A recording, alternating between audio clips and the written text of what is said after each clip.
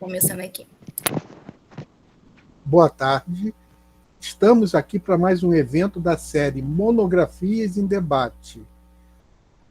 Essa série é proporcionada pelo LAPET, Laboratório de Pesquisas em Teoria da História e Interdisciplinaridade. E é também uma atividade de extensão da Universidade Federal Rural do Rio de Janeiro. Eu lembro a vocês que todos podem participar do LAPET, não apenas alunos e professores da Universidade Federal Rural, e nós já temos aí membros do Brasil inteiro. Quem tiver interessado, basta enviar para o nosso e-mail o nome completo, CPF, link do currículo Lattes, que nós vamos inscrevê-lo no laboratório oficialmente, no Diretório de Grupos de Pesquisas do CNPq. E vocês vão passar a receber nossa programação, mas também vão poder fazer, inclusive, participar como palestrantes também. Nós temos algumas séries como essa, por exemplo, a Monografias em Debate e a Teses em Debate são relativamente parecidas nos seus propósitos. A ideia é levar ao conhecimento de toda a comunidade acadêmica no país inteiro e a comunidade extra-acadêmica, fora da universidade, o que se faz na universidade. Num caso, monografias de graduação que foram defendidas por alunos que se graduaram, e qualquer um de vocês também pode se concorrer para ser palestrante para essa atividade de qualquer universidade do país. E, no outro caso, pessoas que defenderam dissertações de mestrado ou teses de doutorado. E são realmente trabalhos espetaculares que, às vezes, ficam, em geral, acabam ficando desconhecidos do público mais amplo. Só ficam conhecidos das pessoas que participaram ali no momento, os examinadores da banca, ou alguma pessoa que foi assistir a defesa de monografia, e vai ficar conhecido depois de uma outra pessoa que for pesquisar um tema parecido, aí chega lá naquela monografia, ou naquela dissertação, naquela tese. Ou seja, a cada 5 anos uma pessoa encontra uma tese espetacular que está ali nos arquivos da universidade, esperando ser conhecida, mas de 5 em 5 anos uma pessoa, no máximo, entra em contato com aquele trabalho. Então, nós queremos reverter isso e começar a colocar em conhecimento público tudo que é produzido na universidade. Então, esse é o objetivo dessas 2 séries. Temos também a série Cinema e História, por exemplo, que discute as relações da história com todos os tipos de mídia. Temos cursos de teoria da história e outros assuntos. Então, esse aí é o trabalho que o LAPET, Laboratório de Pesquisas em Teoria da História e Interdisciplinaridade, tem desenvolvido. Essa série de hoje, ela está começando agora, nesse semestre de 2021, e nós, para inaugurar a série nesse semestre, nós trouxemos aqui o Marco Antônio Correia de Carvalho, que vai defender uma monografia da qual eu tive também o prazer de participar da banca que examinou, sobre a Revolução Mexicana. O título da monografia, vocês vão poder encontrar nos arquivos da universidade com esse título, é O Tigre se despertou, aspectos políticos da Revolução Mexicana e da Constituição de 1917. O Marco Antônio formou-se pela Universidade Federal Rural do Rio de Janeiro em 2014, está atualmente fazendo 2 pós-graduações em práticas pedagógicas em Minas Gerais e em temas transversais em São Paulo. E é professor da rede municipal. Marco Antônio, eu vou te passar a palavra nesse momento, você complementa qualquer coisa que eu não tenha falado sobre você, e eu lembro para vocês que ele vai fazer a sua fala inicial, e depois qualquer um de nós que está aqui presente pode interferir, fazendo seus comentários, fazendo perguntas, pode tomar a palavra e falar diretamente, ou pode escrever seus comentários no chat e a nossa equipe vai ler. E também lembro que está sendo gravado e pessoas em outros momentos vão estar aqui assistindo a essa palestra de hoje. Agradeço, então, a presença de todos os que estão nesse momento e de todos os que vão ver essa palestra em outro momento. Marco Antônio, passo a palavra a você nesse momento, ok? Obrigado, professor. Agradeço a oportunidade. Na verdade, hoje está sendo uma grande volta para casa, né, porque minha relação com a Rural é muito estreita. Foi onde eu me graduei, eu entrei em 2010, né, 2010.2, me formei em 2014.2, depois eu participei de grupos de pesquisa, fui bolsista de ciência política durante o período da universidade, depois fui bolsista técnico-científico no CEDIM, ajudei nessa parte de digitalização das monografias do curso de graduação até o ano de 2014, que é o período que nós tínhamos, justamente para tentar fazer isso que o senhor falou, de dar essa visibilidade aos trabalhos, porque muitas vezes tem trabalhos muito bons que a gente desconhece. E até, assim, quando você está no início da graduação, o aluno está acostumado a procurar referências no Google, né? Então, se não tiver naquela primeira na página 1, na página 2, muitos trabalhos se perdem. E aí depois você vai conhecendo as plataformas, os lugares, certos melhores lugares para você procurar trabalhos. E, claro, por que não dar visibilidade a trabalhos da própria universidade onde você está se graduando, onde você está estudando? Então, eu agradeço a oportunidade. E falando sobre a monografia especificamente, na verdade, a monografia acaba sendo um resultado de um percurso, né? A graduação em História, todos aqui que são do curso de História, eu acho que independente da universidade, é um curso que exige uma carga de leitura muito grande, principalmente se você é aluno trabalhador, como foi o meu caso, que eu trabalhei durante todo o período da graduação, então exigia uma gestão maior de tempo e principalmente uma capacidade de síntese para você entender aquilo que você consegue tirar de uma disciplina, aquilo que você consegue absorver. Eu lembro dos períodos da faculdade em que a gente fazia provas, em que uma prova às vezes caía 20 textos, 25 textos, então a gente tem que ter uma certa capacidade de síntese para não se desesperar, né? Apesar de muitas vezes a gente se desesperar nesse meio do caminho.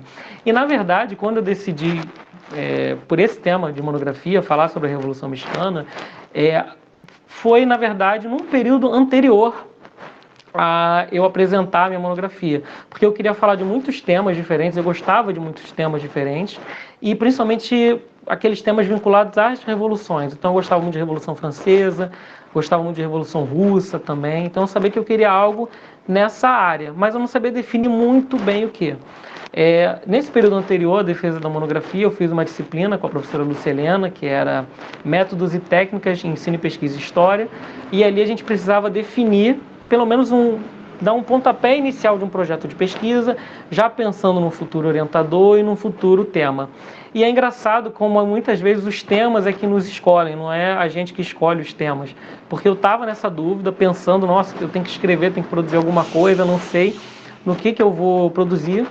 E sendo que a minha banda favorita aí entra aquelas coisas transversais, né, da nossa formação. Sendo que a minha banda favorita se chama Rage Against the Machine. É uma banda norte-americana que é muito vinculada às lutas sociais. E eles têm várias músicas em que eles falam sobre Emiliano Zapata, sobre a Revolução Mexicana, sobre as populações de Morelos, que faz parte do México. E aí eu comecei a procurar, eu falei, poxa, tem aí, é uma coisa que eu gosto, que é vinculada à Revolução. Na época, eu gostei muito da disciplina de História da América, que eu fiz com o professor Rafael Alonso, que acabou sendo meu orientador. E eu pensei justamente isso, eu falei, poxa, vou, de repente, fazer algo nessa linha. E claro, a gente aprende na disciplina do professor da Assunção, logo nos primeiros períodos, que eu lembro até hoje que foi a minha primeira aula na graduação, foi com o professor da Assunção. Foi na Introdução a Estudos Históricos, foi o meu primeiro dia de aula, lembro até hoje. E aí eu lembro que o professor da Assunção sempre falava da importância das fontes, né? E não só das fontes em si, mas a gente perceber não só aquilo que está escrito, mas também aquilo que não está escrito, os silêncios. E isso sempre ficou na minha cabeça, e claro que a aula, as duas disciplinas que eu fiz com o professor me auxiliaram bastante a pensar nessa escolha do tema quando eu pensei em pesquisar. Com isso aí eu já tinha, né, a área que eu queria pesquisar, que era a Revolução Mexicana, mas a gente sabe, e a gente vai aprendendo ao longo do curso de História, que não tem como a gente fazer um trabalho dessa magnitude. Imagina se eu fosse pensar em escrever uma monografia sobre a Revolução Mexicana, só a Revolução Mexicana, sem recorte. Seria um trabalho gigantesco que eu estaria escrevendo até hoje. Eu começaria em 2014 e ia acabar nunca. Porque as fontes elas se renovam, novas pesquisas são feitas, novas interlocuções entre pesquisadores, visões diferentes. Então, assim, dentro de um tema, você precisa ter um recorte. E aí, o que eu pensei? Eu comecei a procurar pelas fontes, porque todo historiador precisa ter a fonte para fundamentar seu argumento, não só nas bibliografias que serão utilizadas posteriormente. E eu encontrei no site da Universidade do México toda a Constituição Revolucionária Mexicana de 1917. E eu comecei a ler e eu falei, olha, tem algo muito interessante aqui. Eu acho que dá para pesquisar, utilizar como fonte, fazer um diálogo com a bibliografia especializada, com a bibliografia que analise esse período em cima dessa fonte também, porque a gente precisa embasar o nosso argumento. Numa monografia, quando a gente vai escrever a nossa monografia, a gente não pode colocar o que a gente acha. A gente tem que colocar muitas impressões que a gente tem, mas fundamentadas em outros autores, nas perspectivas que são trabalhadas, que passaram pelo teste do tempo também, porque a história é algo que está sempre se movimentando. Então, ela não é uma disciplina, uma área estanque. Ela vai modificar, ela vai mudar. Então, assim, é o que eu falo, todo trabalho na área de história, ele acaba sendo datado porque ele representa até aquele momento da pesquisa. E que será aprofundada depois. O meu trabalho se insere nisso também. Eu produzi ele em 2014 e com certeza essa discussão foi aprofundada de 2014 para cá. E claro que é legal quando passa esse tempo e a gente tem contato com o nosso trabalho, é que a gente consegue enxergar com uma certa distância, né? Porque não tinha aquela pressão da faculdade, de entregar, de defesa, a gente consegue enxergar até com uma certa distância no que a gente errou, no que a gente acertou, aquilo que a gente achou que tinha errado de uma forma, assim, que poderia comprometer o trabalho, mas que é algo que é um primeiro trabalho de pesquisa, um primeiro trabalho de um aluno, então tudo isso precisa ser levado em conta. Da mesma forma que os trabalhos não são os mesmos, a gente também não é quando passa o tempo e vai ter contato com eles. Então, assim, agora falando dessa conceituação, por que eu escolhi falar, me utilizar da Constituição Mexicana para fazer essa ponte com a Revolução? Bom, primeiro, como eu disse para vocês, eu sempre gostei muito dos temas relacionados às revoluções. Sempre gostei muito. E quando eu me decidi por pesquisar a Revolução Mexicana, a primeira coisa eu queria fundamentar para entender por que ela era chamada de revolução e não de qualquer outra coisa, de guerra civil, o que seja. Por que ela era chamada de revolução? E aí a gente precisa, como eu falei, procurar e entender que revolução é um conceito. E como conceito, ele não pode ser aplicado de qualquer forma. Ele precisa estar bem delimitado, estar bem fundamentado, para trazer, para realmente tentar interpretar aquele período. Porque você trazer num trabalho uma reprodução total de um período é impossível. O que você consegue são aproximações. Então, esse conceito de revolução, primeiro eu fui atrás, busquei nos autores para tentar descobrir esse significado. Então, a primeira coisa que a gente percebe é que revolução significa uma mudança radical que ocorre no seio de uma sociedade em vários aspectos, em várias estruturas. Então ele atinge o aspecto econômico, o aspecto social, o aspecto político, inclusive no campo das artes, porque durante a Revolução Mexicana e principalmente pós a Revolução Mexicana, muitas obras vão retratar esse período. Então a Revolução Mexicana poderia ser nomeada assim como uma revolução, porque ela afetou a sociedade inteiramente, na maior parte das suas estruturas.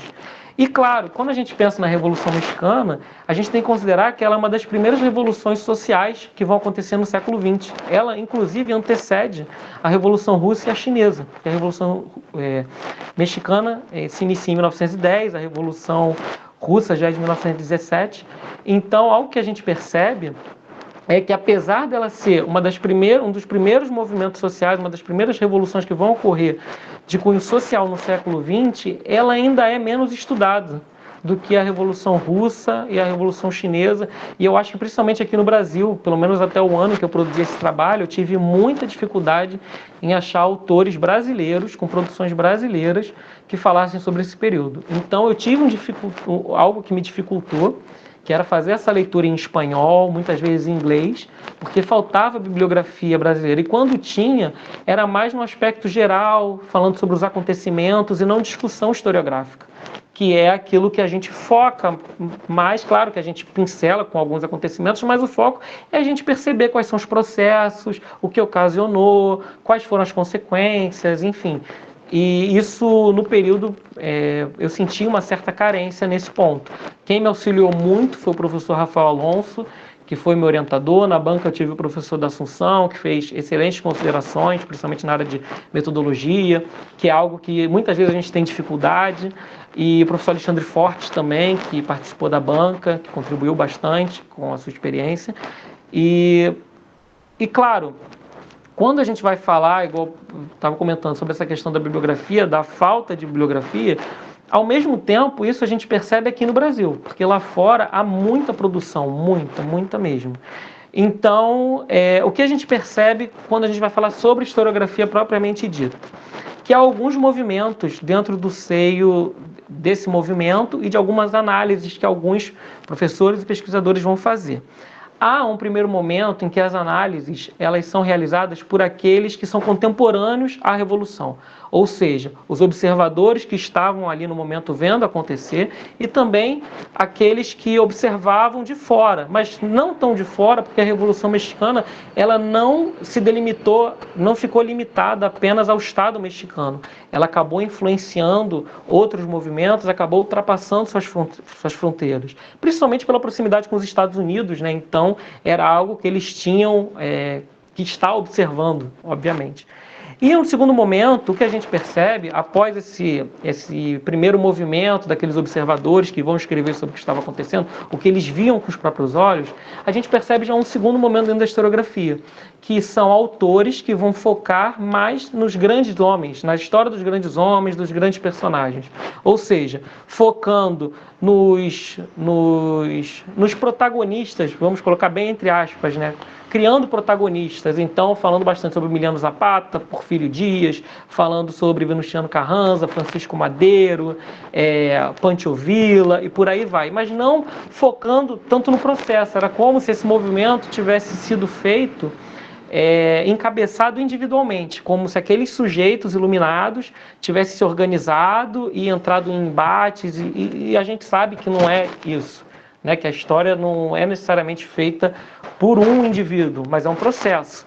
E a gente chega depois numa próxima fase em que essa análise vai tirar o foco desses grandes homens, bem entre aspas, e focar mais nos de baixo, focar no processo social, nas questões que nortearam todo o debate, vão focar também nas facções de classe, perceber que não há uma homogeneidade de pautas também, porque em dado momento essas facções de classe elas vão começar a entrar em conflito em torno dos seus interesses, então é o que vai tentar aprofundar o olhar em cima dessas questões.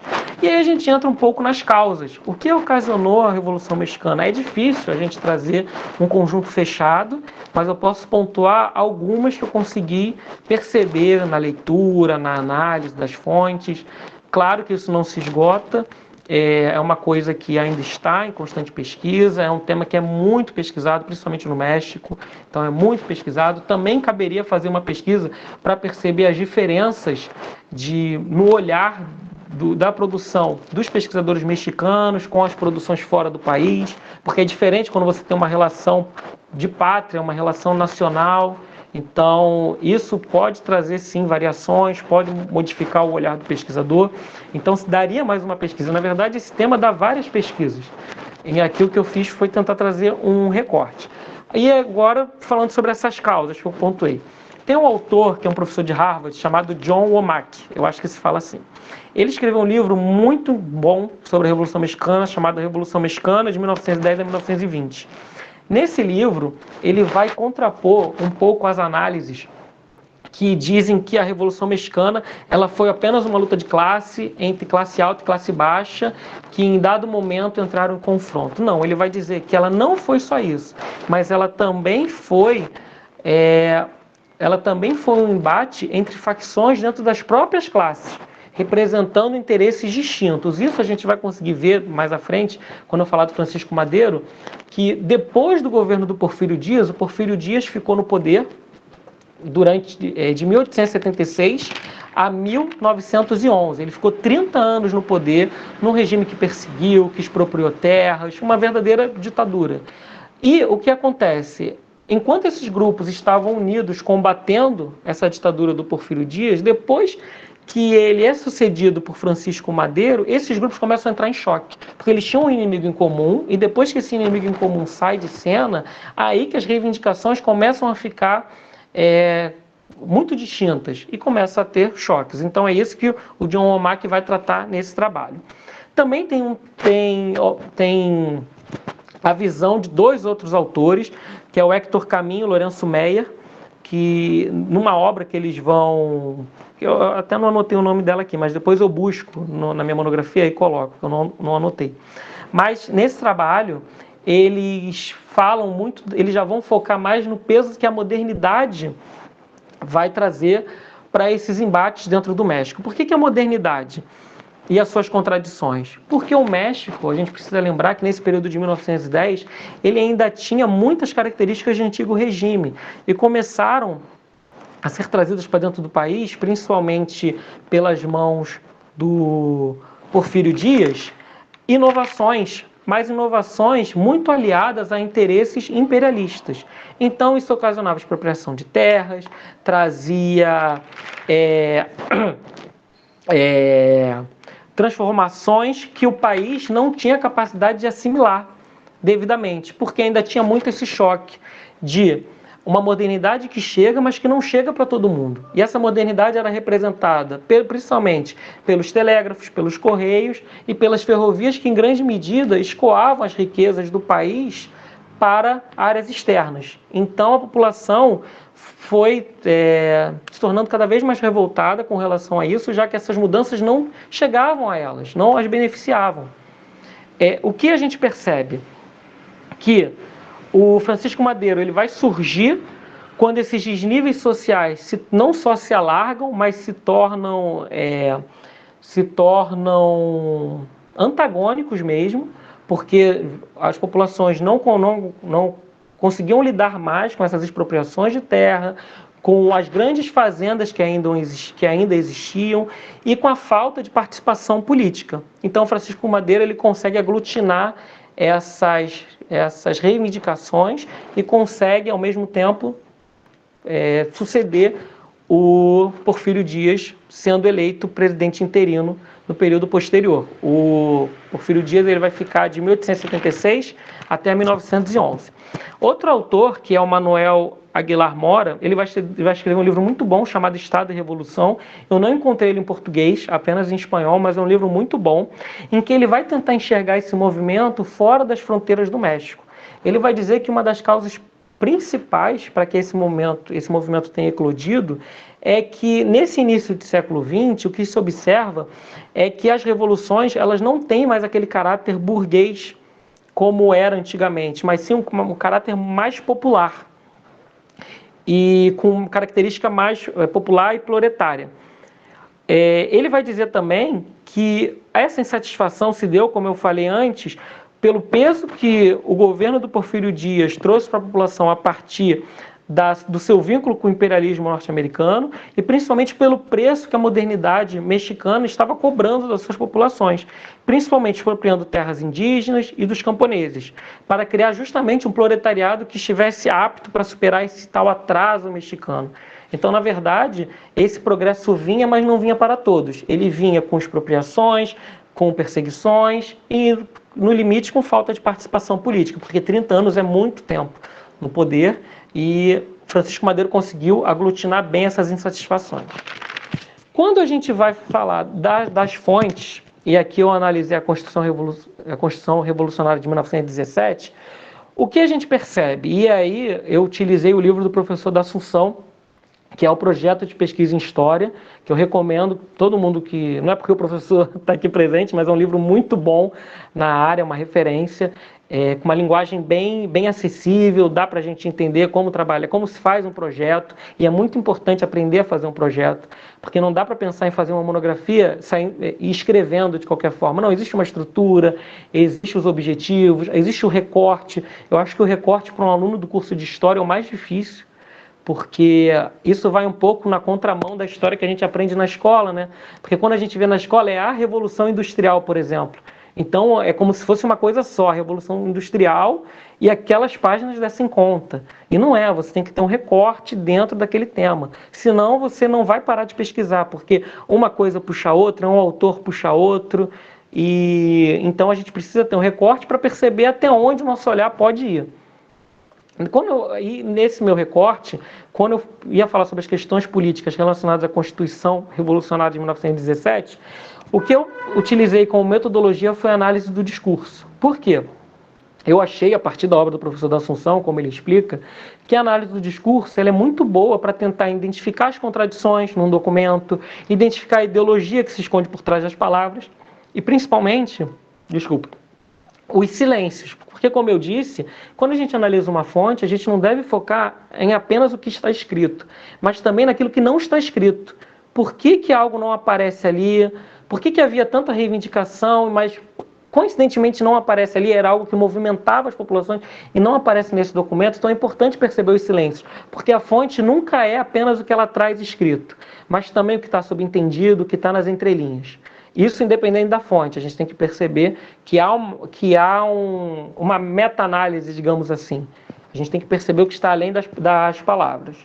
E, claro, algo que me auxiliou a perceber isso na Constituição Revolucionária de 1917 é que quando a gente vai falar sobre a ideologia que está por trás dela, a gente percebe que ela quer legitimar um grupo hegemônico, que é o grupo representado pelos carrancistas, encabeçados por Venustiano Carranza, que vai assumir a presidência nesses anos, né, que vai convocar em 1914 dizendo que a Constituição precisa ser reformada, tá, porque ela seria muito antiga. E claro, algo que a gente percebe é que essa revolução ela também tem um caráter duplo, e isso a análise do discurso me ajudou bastante. Por quê? Se ao mesmo tempo ela tenta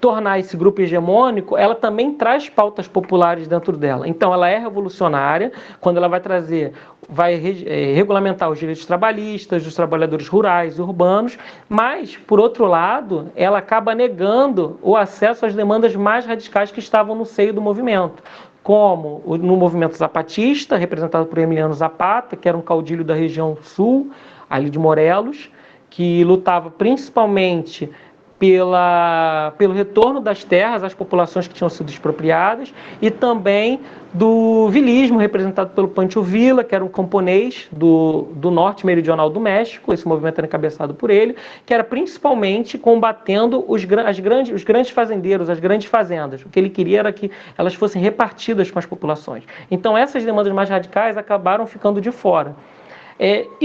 Falando de estrutura de monografia, como eu falei para vocês que todo trabalho acadêmico precisa ter uma estrutura, nessa minha monografia eu estruturei em 3 capítulos. Cada capítulo eu tentei trazer um panorama que dialogasse uns com os outros. No capítulo 1 da monografia eu falei mais do movimento pré-revolucionário e das suas condições de existência, o que antecedeu, como se desenrolou.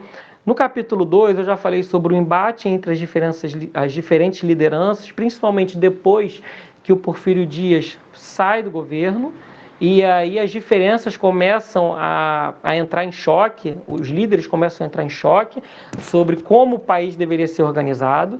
E no capítulo 3 eu tento alargar o período de análise para além de 1917, no qual muitos historiadores, ainda também não há um consenso sobre quando a Revolução Mexicana terminou. Alguns dizem que foi em 1917, outros em 1920, tem autores que levam até 1940, alargam, fazem uma longa história, mas aqui eu alarguei o período de 1917 até o governo do Álvaro Obregón, que vai de 1920 a 1924.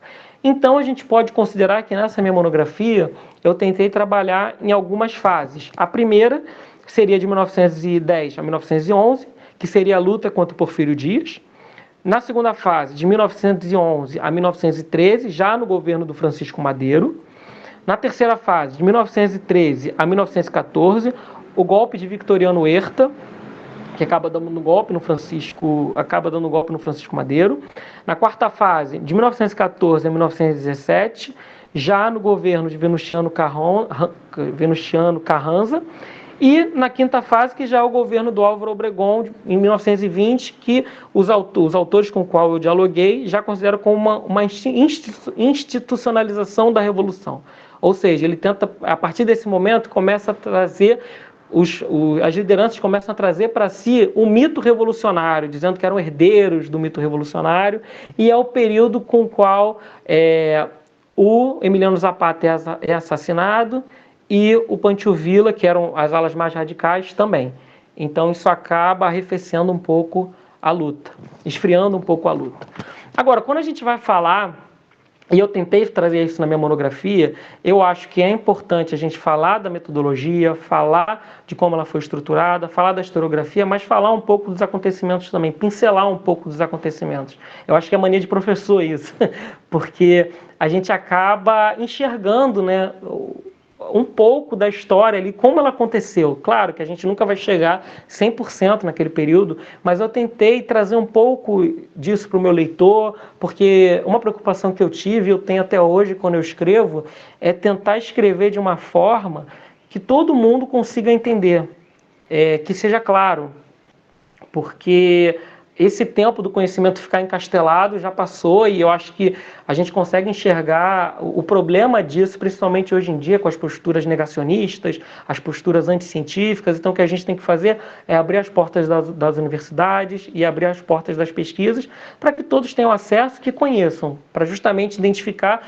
que nem toda informação é conhecimento. Então, isso é muito importante. E aí entra o papel do professor e do pesquisador, fazer essa ponte, ajudar, né? Ser um curador, talvez, né? Fazer a ponte entre o que é informação, conhecimento, enfim.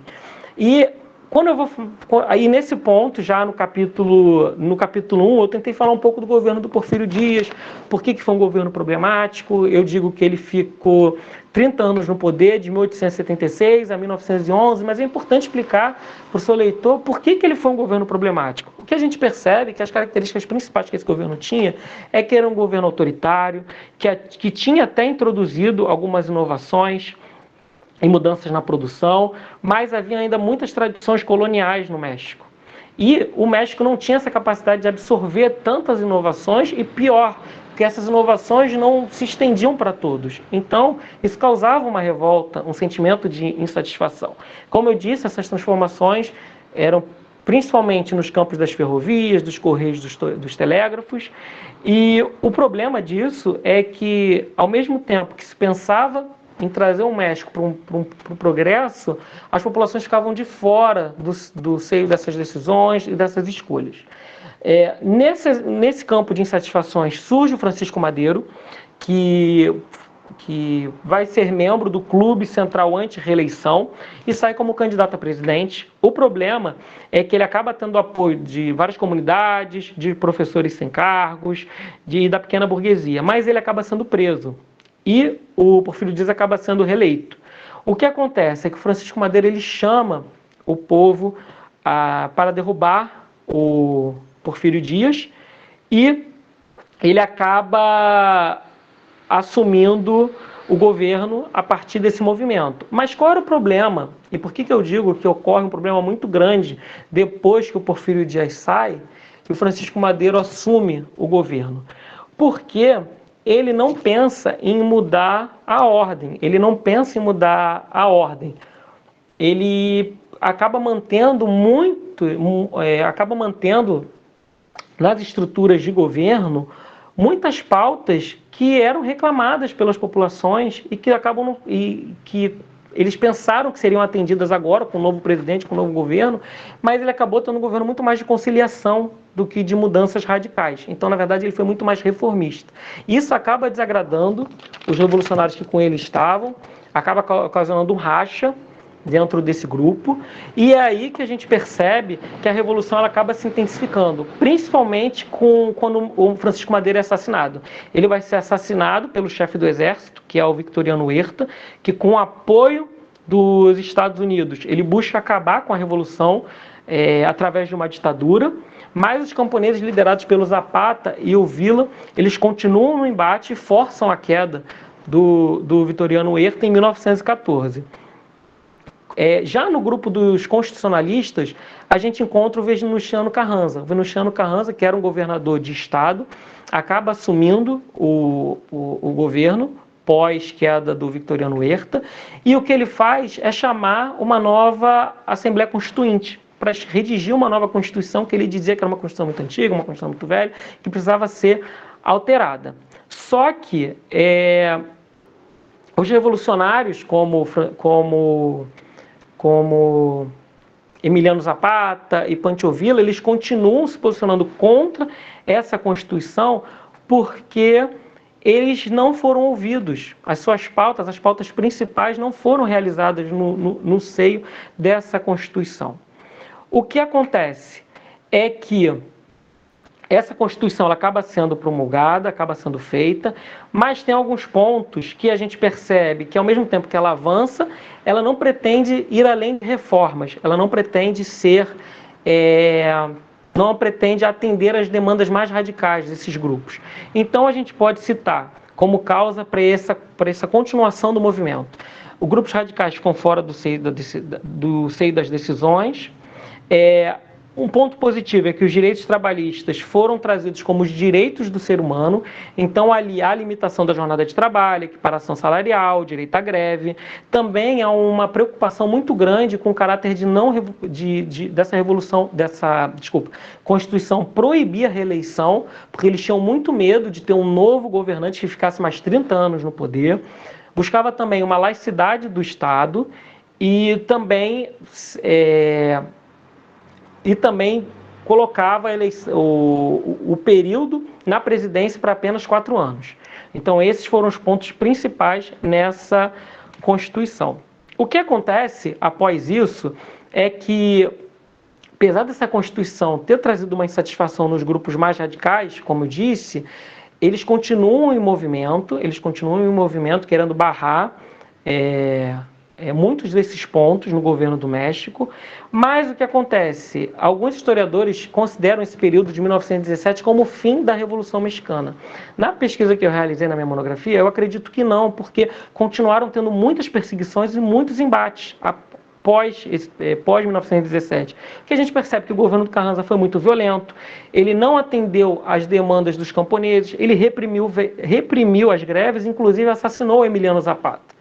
Então, na verdade, o que a gente percebe é que ainda havia uma certa ebulição no país nesse período, que só vai encontrar uma certa estabilidade a partir do governo do Álvaro Obregón, já nos anos 20.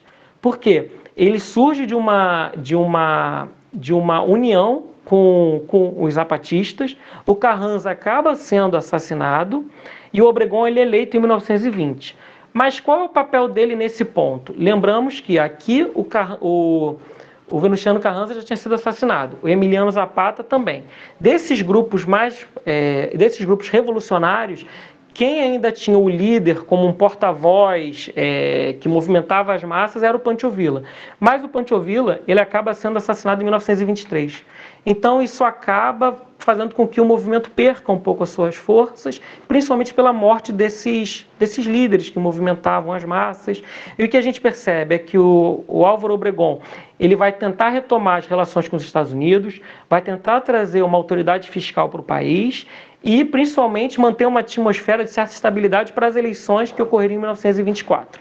O que a gente pode considerar é que, ao fim desse conflito, o que se objetivou com a Constituição mexicana era uma vitória de uma certa burguesia que tinha como função promover certas reformas, sim, mas principalmente tinha o objetivo de dar fim ao conflito. E é isso que o Álvaro Obregón vai tentar fazer.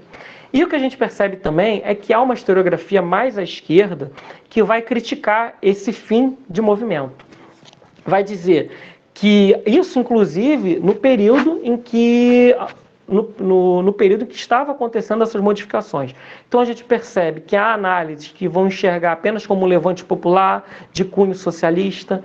Também há análises que vão considerar como uma revolução traída ou interrompida.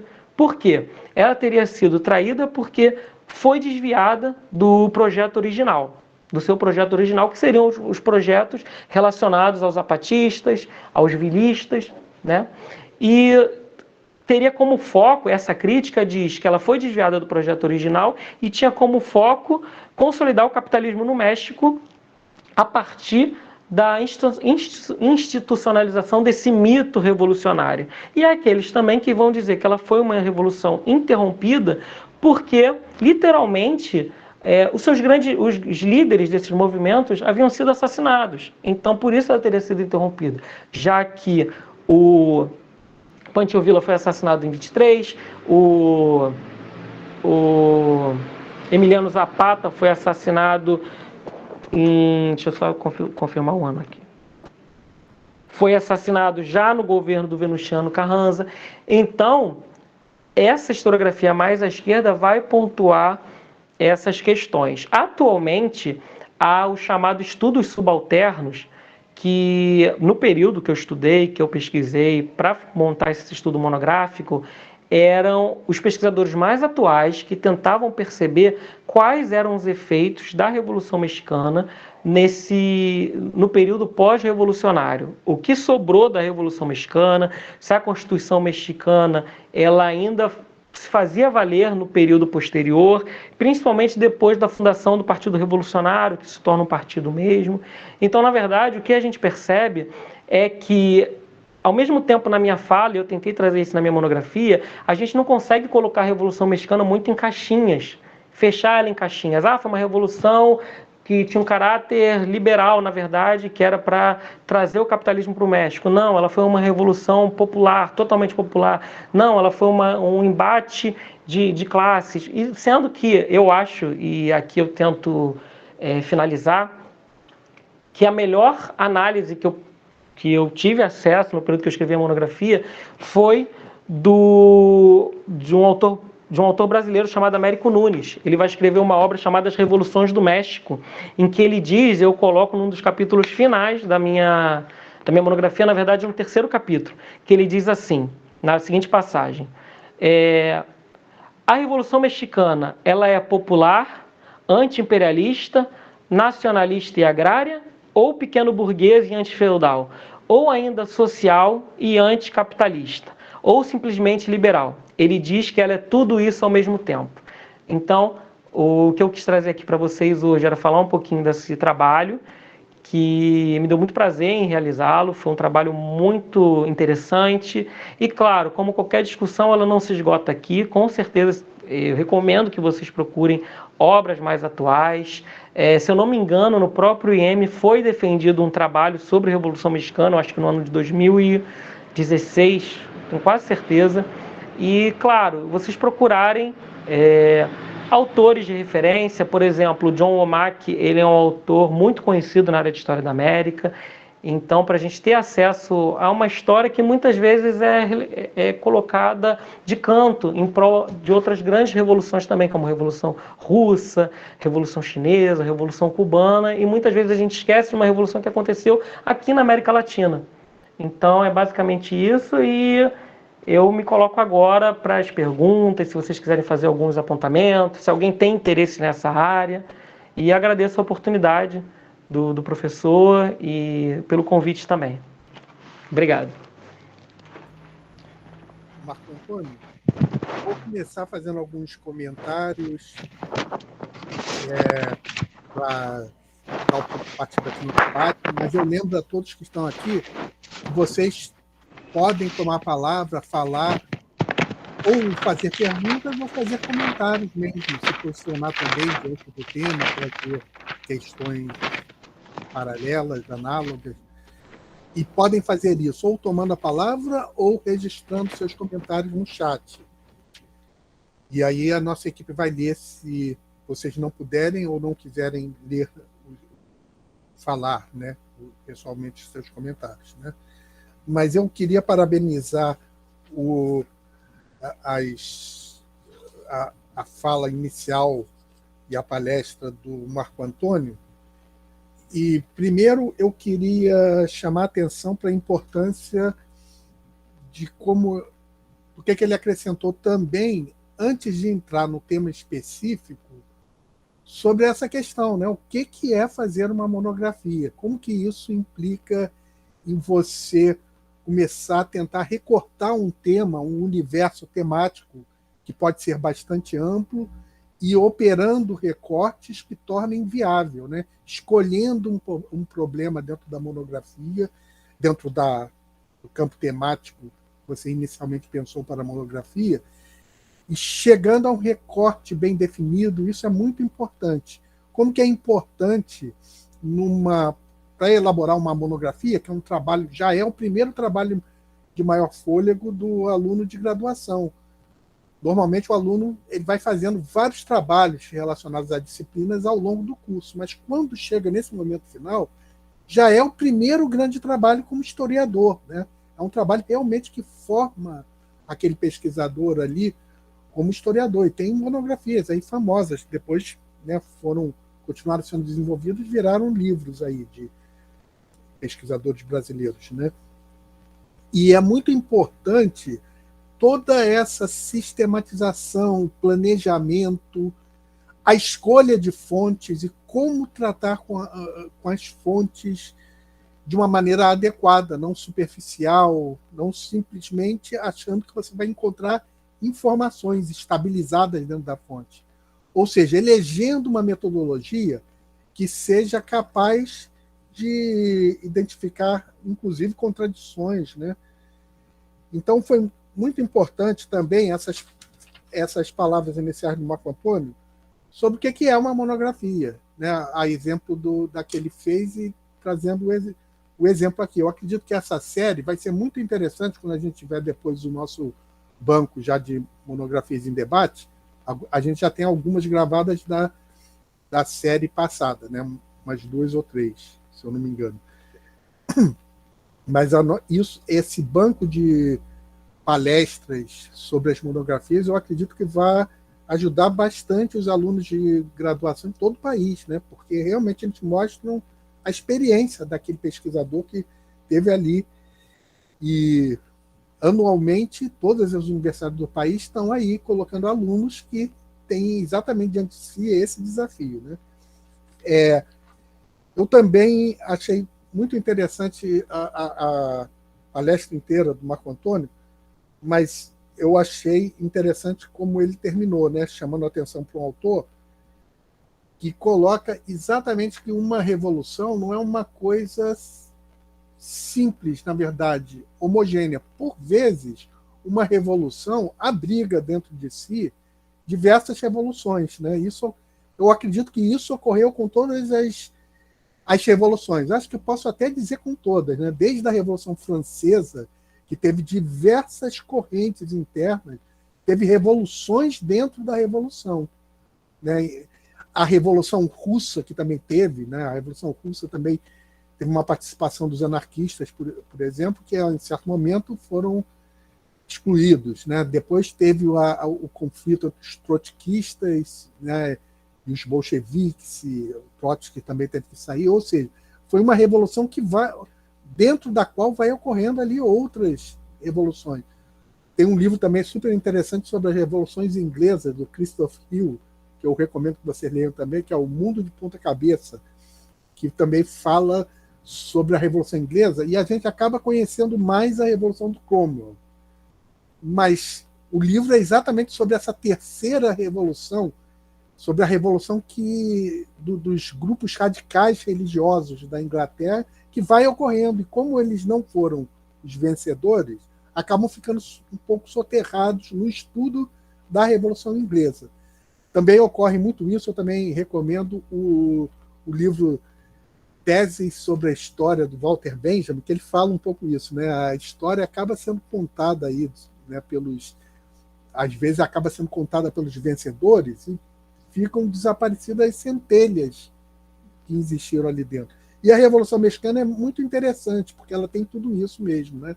Ela tem dentro de si uma revolução burguesa de vários tipos, né, que acabou se institucionalizando depois, mas ela tem o zapatismo, tem o vilismo, né, o Pancho Villa, ou seja, tem revoluções radicais ali dentro. E, de certa maneira, foi, sobretudo ali a Constituição de 1917, foi um exemplo de uma Constituição que tem também os elementos de esquerda, né, radicalizados, e que até inspiraram alguns a própria Revolução Russa. E foi muito interessante a observação do Marco Antônio, a gente sempre deve lembrar disso, que foi a primeira revolução de esquerda, ou pelo menos que contém uma esquerda, contém dentro disso uma esquerda, dentro dessa polifonia de revoluções, foi a Revolução Mexicana, porque a Revolução Russa só viria ali 7 anos depois, né? A Revolução Mexicana eclode ali já em 1910. Então, e de fato é muito interessante, algum outro aspecto que eu queria ressaltar, é o caráter emblemático da Revolução Mexicana, e a ponto de que alguns dos seus heróis à esquerda, né, que eram o Pancho Villa e o Zapata. Então, o Zapata, por exemplo, ele trouxe um caráter muito emblemático à Revolução Mexicana, e ele não é à toa que depois a figura do Zapata é mais tarde reapropriada. Até recentemente no movimento de Chiapas, né, do México, onde surge o neozapatismo. Porque também era um líder, uma liderança, que também conseguia, vamos dizer assim, englobar ali as demandas de povos nativos, herdeiros dos mexicas, dos astecas, ou seja, de toda uma população mexicana nativa. Também é muito interessante isso. E esse aspecto emblemático do Zapata, ele acabou sendo resgatado, né, um século depois, praticamente, né, quase um século depois, nesses novos movimentos revolucionários, né? Então, uma revolução, na discussão sobre revolução, que também ficou muito interessante, do Marco Antônio, o que é uma revolução? E podemos chamar a Revolução Mexicana de uma revolução? Uma revolução implica várias coisas, e uma delas, que a gente vê muito presente nas revoluções, todas as revoluções sociais até hoje conhecidas, é esse caráter emblemático. A revolução acaba, além de ela se tornar algo coletivamente que abarca toda uma população de um país, por exemplo, mas ela se torna emblemática e acaba também se influenciando outras revoluções. Aconteceu isso com a Revolução Francesa, né, que se tornou emblemática, né, até hoje ocupa uma posição na história de um emblema, né? A Revolução Russa, a Revolução Cubana e a Revolução Mexicana, elas se tornaram realmente emblemáticas, né? Elas influenciaram movimentos posteriores no tempo. E esse é um aspecto muito interessante das revoluções. Outro aspecto que eu achei bem interessante é da Constituição, né? E o Marco Antônio ele estudou diretamente a Constituição. Nós observamos como as constituições são contraditórias também, né, em geral, né? E, aliás, um livro interessante que estuda uma dessas constituições é o 18 Brumário, do Marx, né, que estuda ali o movimento ali da França, né? Mas uma das fontes estudadas por ele é a Constituição. Aí ele vai mostrando como a Constituição, posterior ao movimento de 1848, na França, ela tinha vários elementos avançados, progressistas, mas frequentemente tinha lá alguma brecha lá dentro que, quando necessário, desfazia a conquista que ela mesma anunciava. Esse aspecto ele é muito interessante e também ocorre na Constituição de 1917, da Revolução Mexicana, e ocorre até, por exemplo, na Constituição de 1988 do Brasil, né, também, né? Nós temos algumas coisas muito avançadas, por exemplo, os aspectos relacionados à ecologia, eles são considerados dos mais avançados, né? Uma das constituições mais avançadas nesse aspecto. E, no entanto, na hora de aplicar, né, já não ocorre uma aplicação tão grande desses elementos que são bem progressistas na luta a favor do meio ambiente. principalmente nesse governo atual, então, né, é a derrocada disso. Mas estão lá na Constituição, né? Então é muito interessante, eu achei bem interessante essa palestra também do Marco Antônio, que ela mostra como que as constituições são interessantes de serem analisadas como fontes históricas, né? Porque realmente elas precisam ser analisadas em todas as suas contradições internas, porque as constituições são contraditórias também, né? Porque elas tentam fazer uma conciliação entre várias classes sociais e entre várias demandas sociais, políticas, e elas tentam ajustar isso ali numa Constituição que vai se referir a toda uma comunidade nacional. E isso ocorre na Revolução Mexicana, né? Exatamente porque ela é essa polifonia de revoluções mencionada pelo Marco Antônio no final da fala, ela, ao mesmo tempo, ela é burguesa, ao mesmo tempo, ela é caudilhista, mas ela, ao mesmo tempo, ela tem elementos de esquerda, ela tem elementos anarco-sindicalistas, mas ela também tem os elementos de luta do campo. Então, ela tem todos esses grupos que fizeram essa revolução e demandaram essa Constituição tem a tarefa de conciliar, né? Às vezes até o que é inconciliável, né? Então, por causa disso, as constituições costumam esconder, né, as suas contradições, mas reservar o direito para que, de uma certa maneira, quando algo for evocado, se o poder dominante desejar, tem lá uma brecha na própria Constituição. Então, é muito interessante analisar as constituições como fontes históricas. Uma outra coisa bem interessante que a gente vê também na Revolução Mexicana, e que o Marco Antônio mencionou, é essa ideia que eu acho que é praticamente única no México, né, de a institucionalização da revolução, né? O partido revolucionário institucional, né? O PRI se tornou, que institucionalizou a Revolução Mexicana, mas se tornou depois um partido que ficou dominante de 1929 até 2000. 2000 foi depois por outro partido, né? O Partido da Ação, deixa eu me lembrar o nome aqui, Partido da Ação Nacional, né? Que já era um partido à direita, né? Um pouco mais à direita. Mas o próprio Partido Revolucionário Institucional já é essa tentativa de esfriar um pouco o aspecto de esquerda trazido pela Revolução Mexicana, representado pelo Zapata, Pancho Villa e outros. Ou seja, aburguesamento da Revolução, mas resolveu conservar o título, né, de Partido Revolucionário Institucional e tornou-se dominante. Isso também mostra, mais uma vez, esse aspecto emblemático das revoluções, né? Eles preferiram conservar o título de revolução e até institucionalizar, o que às vezes parece uma revolução, né? uma contradição, né? Com a institucionalização. É interessante quando um país, e é muito interessante, eu também estava vendo a palestra do Marco Antônio, como também é interessante as pessoas de outros países, porque realmente ele comentou bem, a Revolução Mexicana é muito estudada no México, como não poderia deixar de ser. Mas como que é interessante também as pessoas de outro país, os historiadores de outros países, né, estudarem os acontecimentos de um outro país, né? Por exemplo, a gente tem um colaborador aqui, que frequentemente está com a gente aqui no LAPET, que é o Alexis Gonzalez, é mexicano, né?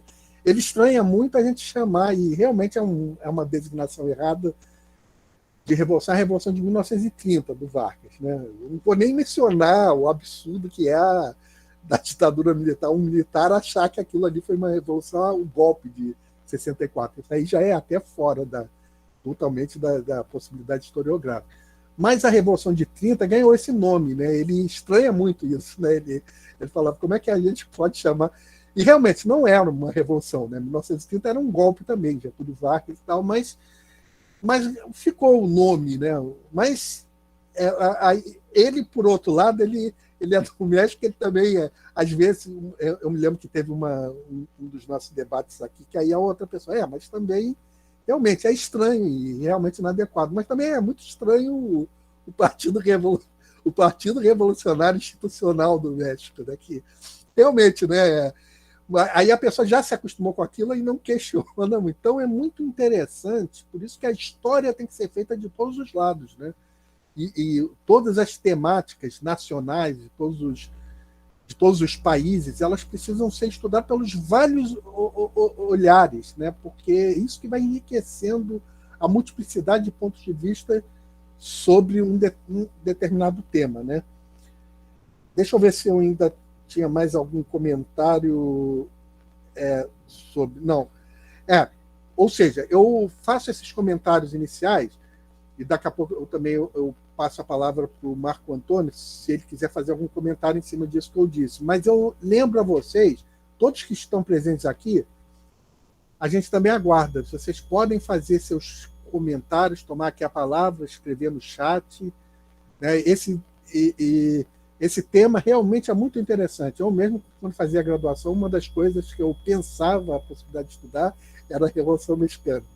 Que realmente uma revolução ocorrida na América, antes de todas as outras, né, revoluções já contemporâneas à esquerda, né, digamos assim. É muito interessante, né, e uma revolução muito emblemática. Né? Mas eu vou passar a palavra agora, ou devolver ao Marco Antônio, mas antes de devolver a ele, perguntando também se algum de vocês que está aqui presente gostaria de acrescentar alguma coisa, fazer alguma observação, fazer algum comentário. Então, eu também disponibilizo a palavra a vocês. Se ninguém tiver alguma coisa a falar nesse momento, eu também devolvo a palavra aqui ao Marco Antônio. Ok, Marco. Pode tomar a palavra? Pode. Então, professor, justamente isso que o senhor disse, é engraçado a gente perceber as contradições, né, que ocorrem, tanto com relação à Constituição, porque a Constituição ela foi chamada por muitos de Constituição Revolucionária de 1917, mas assim, para você considerá-la revolucionária, você tem que desconsiderar também os aspectos que ela acaba mantendo, né, relacionados àqueles governos que foram derrubados. Então, assim, até nas palavras, nos conceitos que a gente usa, a gente tem que perceber quem é que está falando. Então, até o senhor disse a questão do Partido Revolucionário. É muito engraçado essa questão do Partido Revolucionário ser institucionalizado, porque parte do princípio que se é revolucionário, né, não pode estar alinhado ao Estado, né, justamente algo que se coloca fora, algo que se coloca contra. E até o que o senhor disse também sobre os usos que os grandes personagens, vamos colocar assim, bem entre aspas, são a maneira como eles são utilizados posteriormente. Por exemplo, o senhor falou o exemplo da Revolução Cubana. Eu acho que a gente encontra pelo centro do Rio camisas do Che Guevara em qualquer banca de camisa.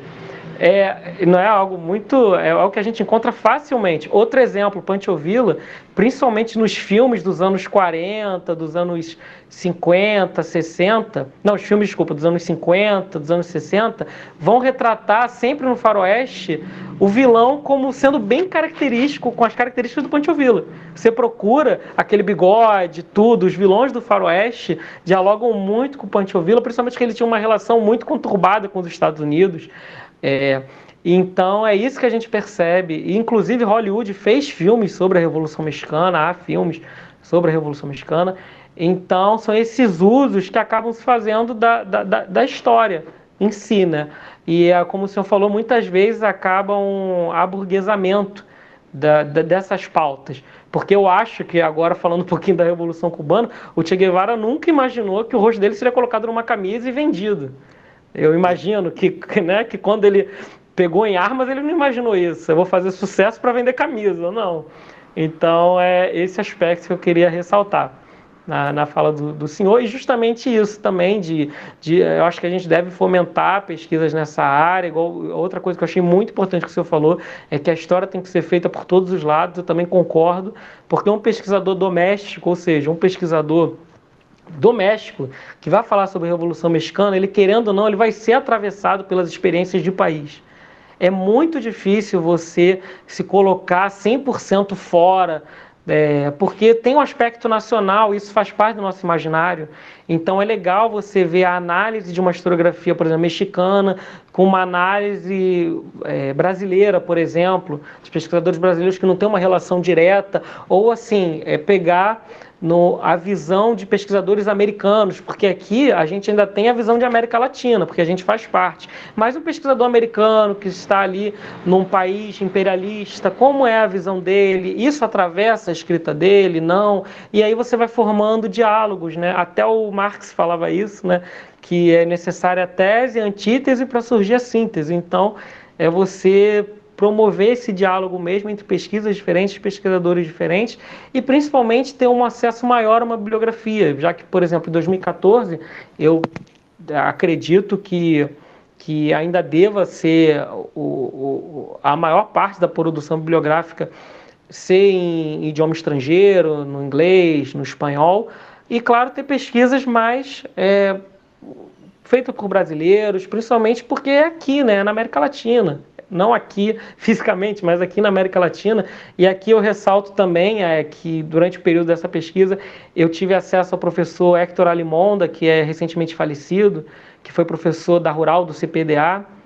Ele pesquisou durante o período da vida dele a Revolução Mexicana. Eu tenho o livro dele aqui, inclusive.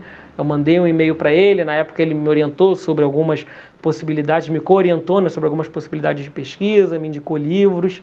Então, justamente isso. Eu acho que a gente precisa ter esse movimento, como esse Monografia em Debate que o senhor está apresentando hoje, para a gente pulverizar, para a gente trazer mesmo aquilo que está sendo produzido na universidade.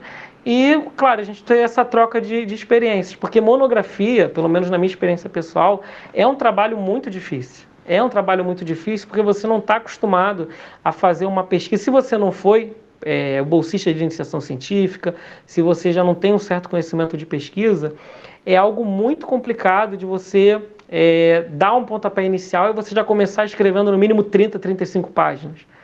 Então,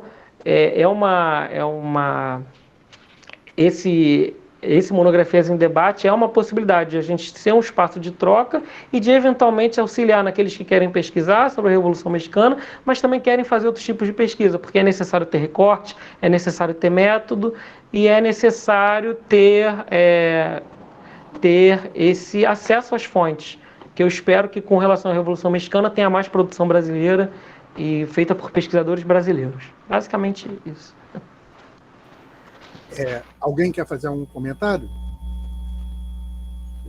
Eu tenho também, diante do que o Marco Antônio também estava comentando, me surgiram também mais alguns comentários, né? Mas vocês podem tomar a palavra e falar também, tá, gente? Podem anotar aí. Mas uma coisa interessante que o Marco Antônio lembrou é o cinema, né? E a gente também é interessante que é uma das séries que a gente tem aqui no grupo, que é o Cinema e História, né? Que nesse semestre estão ocorrendo às sextas-feiras, que é exatamente sobre as relações entre história e cinema, mas também outras mídias também, né? Televisão, games, música, diversas outras mídias. Mas a presença do cinema é muito forte nessa série. E o cinema é muito interessante, e isso me dá até uma ideia de te convidar futuramente para participar dessa outra série, né?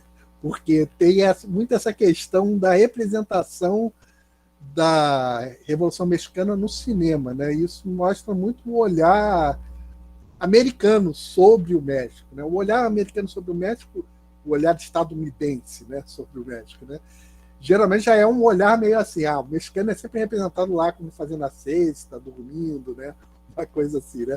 E o Pancho Villa era muito representado meio assim, né? Como esse misto o revolucionário, mas também ao mesmo tempo é meio um bandoleiro, né? Também é um pouco puxado às vezes para esse lado, né? E acaba adquirindo essas duas imagens superpostas um pouco. Então, e eu fico imaginando também um estudo, né, que possa ser feito sobre diferentes filmes que foram feitos sobre a Revolução Mexicana ou sobre os seus heróis, né, como Pancho Villa, por exemplo, né, ao longo da história do cinema. Isso daria uma monografia interessante, né, uma tese, uma dissertação, né, porque realmente as representações no cinema sobre um determinado aspecto elas tornam-se muito interessantes. E a Revolução Mexicana por ser tão emblemática, né, tem gerado aí alguns filmes, né.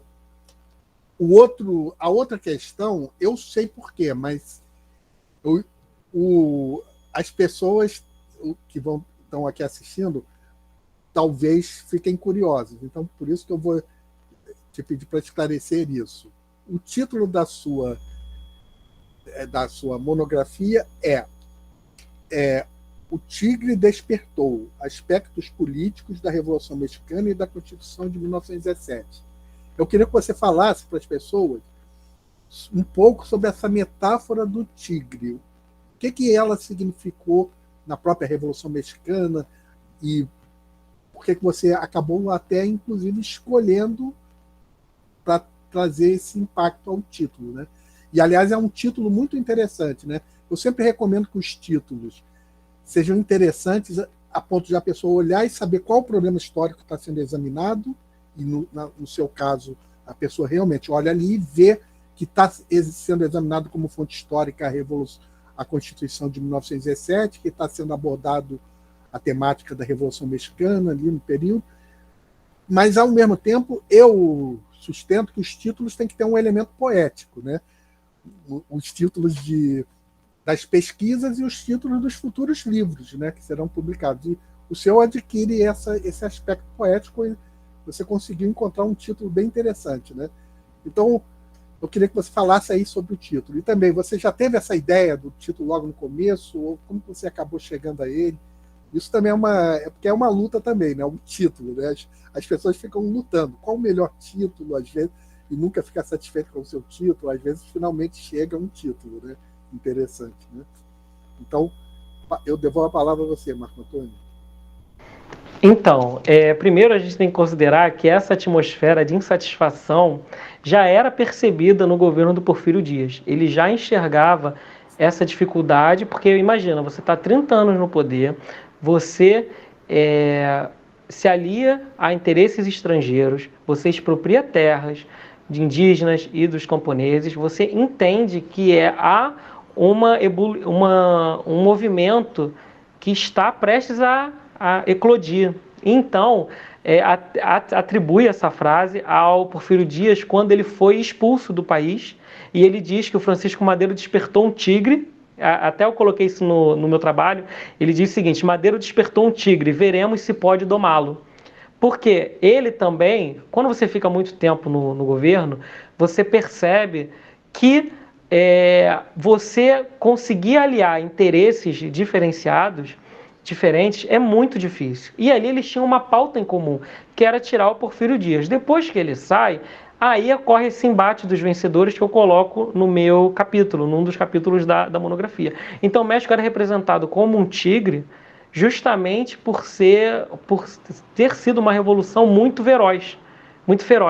Uma revolução que há historiadores que calculam em torno de 1 a 2 milhões de mortos nesses anos de embate. Aqui eu vou abarcando de 1910 a 1920, e na verdade esses estudos talvez, como o senhor falou, são temas relacionados à Revolução Mexicana que dá para você desmembrar em tese, dissertações, porque esses cálculos, até recentemente, quando eu fui atrás, eles são feitos através de censo. Só que a gente tem que considerar que no período muita coisa se perde, principalmente quando você está num país que está em ebulição e está em revolta. Muitos documentos, enfim, para você mensurar realmente o cálculo de perdas é algo muito complicado, mas os historiadores eles colocam ali entre 1 milhão e 2 milhões de mortes ao longo do conflito, e essa frase é atribuída ao Porfírio Dias, como eu disse. Ele teria dito essa frase no dia 25 de maio de 1911, no qual o Madero ele não sabia exatamente aquilo que ele estava com aquilo que ele estava lidando, porque o México acaba eclodindo numa grande revolução que vai durar, aqui no foco de análise que eu me debrucei no meu trabalho, pelo menos ali de 1910 a 1920, mas como eu falei, isso não é consenso em todos os historiadores. Alguns vão trabalhar com um longo período, até 1940, outros não, acham que em 1917 se encerra com a promulgação da Constituição, ali teria sido o fim. E é interessante pensar essas datas, né, de final da Revolução Mexicana. É muito interessante pensar sobre essa questão, porque elas mostram também diferentes visões de revolução, né, do que era uma revolução e até onde continuou sendo um movimento com conquistas revolucionárias ou até onde já tinham encerrado a Revolução. Essas datas não são fixas, exatamente porque a análise delas, incluindo o próprio conceito de cada pesquisador sobre o que é mais propriamente uma revolução. Porque o conceito de revolução ele não é estático, né? Tanto que vários historiadores, cientistas políticos têm escrito livros, né? Definindo revolução, o conceito de revolução, e sobre o que dentro de um conceito cabe ou não dentro de um conceito de revolução definido de uma certa maneira. Então, de fato, dependendo de como você pense, defina a revolução, vai se deslocar o limite desse acontecimento histórico que foi a Revolução Mexicana. Porque realmente a compreensão do conceito, ou seja, os elementos que entram na definição de um conceito, eles têm uma implicação na extensão do conceito. Uma vez definido de uma certa maneira o que é uma revolução, que acontecimentos e processos históricos cabem na extensão desse conceito. Então, esse estudo da Revolução Mexicana é muito interessante para estudar o próprio conceito de revolução, né? Como dependendo de como nós conceituamos revolução, esse conjunto de processos acaba produzindo também diferentes periodizações possíveis, né, para revolução. Como pode ser definida a persistência, né, ou o fim da Revolução Mexicana em um determinado momento, né? E é bem interessante isso que você evocou dessa imagem do Porfírio Dias, né, sobre se referindo à madeira. Você despertou aí o tigre. Cabe saber agora se você vai domá-lo, conseguir domá-lo, né? E, de fato, isso mostrou-se, né, os acontecimentos, porque tanto que mais tarde, né, o Zapata e o Pancho Villa tiveram que ser assassinados exatamente porque eles já representavam um poder, né, popular muito grande, né, emblemático. E nem a morte, né, do Zapata conseguiu, na verdade, tirar esse poder, tanto que ele persistiu no estado latente, mas a ponto tal que, quase um século depois, em 1994, ele ia despertar o movimento neo-zapatista, mostrando que mesmo o Zapata tendo sido eliminado, ele continuou agindo sobre a história, né? A figura de Zapata, que é apropriada em diversos momentos. Isso mostra também essa questão do tigre, né? De fato que o tigre, uma vez despertado, será que é tão fácil ser controlado de um ponto de vista burguês, né? Que o Madeiro já representava. O Porfírio estava, né, no fundo, olha, você também vai deu um passo aí que você, né, será que você vai conseguir controlar? Então foi interessante essa questão do tigre, né, que acabou sendo o símbolo, né, evocado aí para a Revolução Mexicana, né? Bom, eu pergunto se mais alguém gostaria de fazer algum comentário. Senão, também já devolvo a palavra ao Marco Antônio. Podem ser comentários também sobre a questão da Revolução Mexicana, mas podem ser comentários sobre a revoluções como um todo, né? Bom, não tem nenhum comentário por enquanto, mas já foi muito interessante o que desenvolvemos até aqui, e eu estou vendo que a gente já está se aproximando aqui do nosso horizonte, que geralmente é ali às 16 horas, né? Se não tiver mais nenhum comentário, eu vou devolver daqui a pouco a palavra para o Marco Antônio para as palavras finais dele, né? Mas eu já quero aqui agradecer imensamente esse momento, e realmente foi a pessoa certa, escolhida aqui, o Marco Antônio, para abrir aqui a segunda série do Monografias em Debate. A gente teve no semestre passado, e foram 4 monografias muito interessantes. Não sei se foi no semestre passado ou foi no último semestre de 2020. Mas, de qualquer maneira, A gente já teve um excelente início, já temos uma outra monografia em debate marcada. No momento eu estou sem a data aqui, depois tem que perguntar aí para a nossa equipe.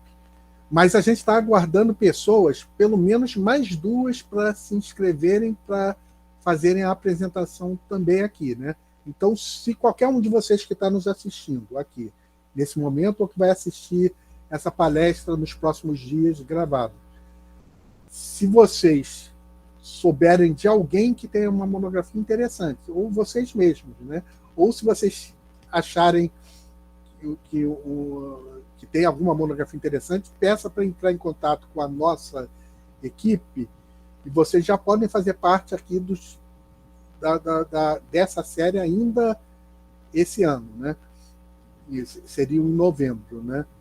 Bom, mas, Marco Antônio, então eu agradeço imensamente a sua palestra, que foi brilhante em diversos aspectos, tanto para falar, porque ela, né, trouxe à tona esse evento, esse processo interessantíssimo que foi a Revolução Mexicana, olhando de um ponto de vista complexo, como também porque nos permitiu fazer a reflexão sobre alguns conceitos, por exemplo, o que é uma revolução, ou o que é uma Constituição, e como uma Constituição também pode ser analisada como fonte histórica, e como temos que disponibilizar uma metodologia complexa e interessante, apta a captar as contradições quando analisamos as constituições. E também a mesma coisa para as revoluções. Afinal, as revoluções, frequentemente, elas não são uma coisa homogênea. Elas são forças que estão interagindo ali numa determinada direção, e não é à toa que, em certo momento, certas facções de uma revolução, certas correntes, têm que encontrar uma maneira de neutralizar ou até eliminar algumas das facções que, no momento anterior, atuaram juntas. Isso ocorreu em diversos processos revolucionários também, e essa discussão também foi trazida de maneira muito interessante. Então, nesse momento, eu te devolvo a palavra, Marco Antônio, para você falar as suas palavras finais. E já fica aqui o meu agradecimento de todos os participantes aqui do LAPET. E lembre-se, assinem a lista e fiquem atentos ao próximo Monografias em Debate. E, mais uma vez, eu lembro a vocês que todos aqueles que quiserem participar do nosso laboratório, basta enviar para a nossa equipe nome completo, CPF, link do currículo Lattes. Então, Marco Antônio, eu passo a palavra para você nesse momento.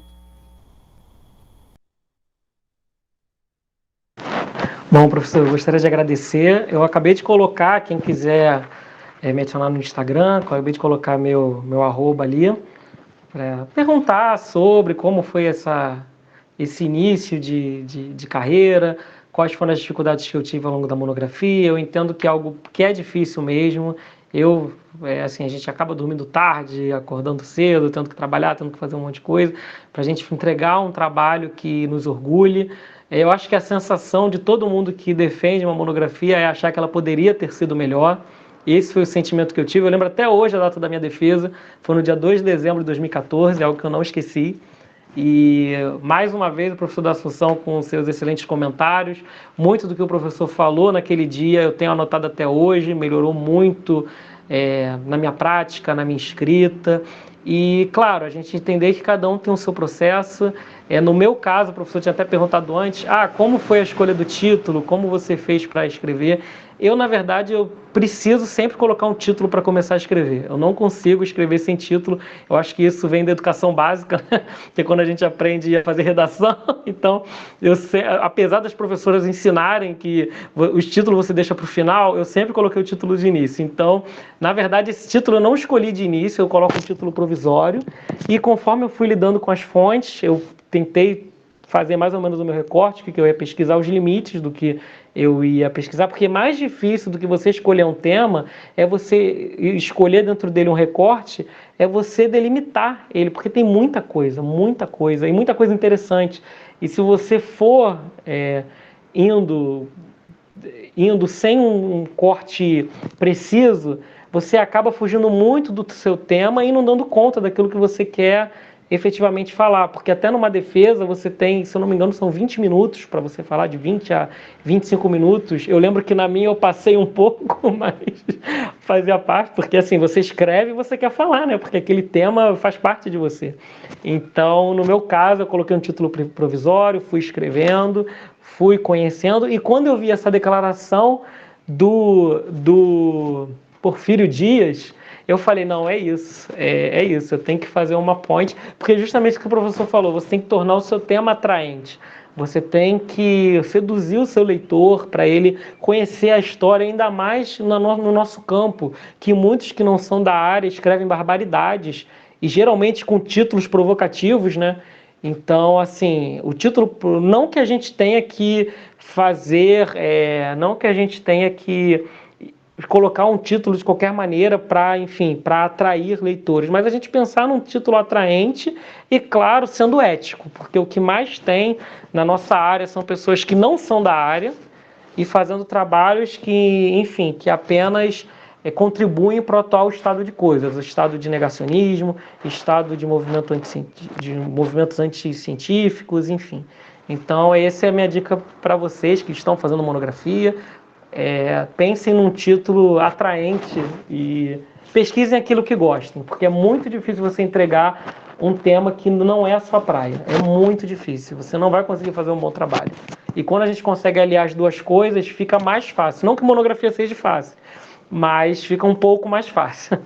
E agradecer mais uma vez a oportunidade e dizer que eu estou à disposição para qualquer coisa, qualquer dúvida. Se quiserem, me sigam nas redes sociais, podem me seguir nas redes sociais.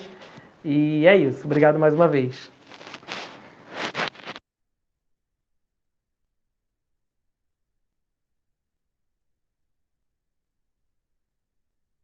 Professor, eu acho que está desligado o seu microfone. Eu estava perguntando para a Marcele se temos alguma dica final, algum comentário final, ou alguma recomendação para as pessoas. Temos? Então, eu queria só acrescentar algumas coisinhas, falar para o professor Marco Antônio parabenizar pela palestra, muito interessante. E muito interessante também a própria questão da organização da monografia. Eu estou nesse processo agora de início de monografia e tudo que você acrescentou, tudo que você falou foi muito interessante. Até a questão do recorte, do título, da construção do título. E só agradecer a presença de todo mundo, agradecer a presença de todos aqui e dar alguns avisos finais, falar da lista de presença. A lista está aqui no chat, pedir ao pessoal para assinar. Os nossos certificados só são gerados a partir da assinatura da lista. Falar para o pessoal também acompanhar as nossas redes sociais, nosso Instagram, nosso Facebook. As nossas próximas palestras, as apresentações dos ciclos são divulgados nas nossas redes sociais. Falar também que quem quiser se inscrever no laboratório, é só enviar para a gente, eu já joguei o e-mail no chat, enviar para a gente nome completo, o currículo Lattes e o CPF, que a gente faz a inscrição no laboratório. Lista de presença, para todo mundo assinar, o último aviso. E o professor está divulgando também no chat as redes sociais dele, o Instagram, para quem quiser entrar em contato, tirar algumas dúvidas. E é isso, professor. Ok. Então, nesse momento, a gente vai encerrar a gravação.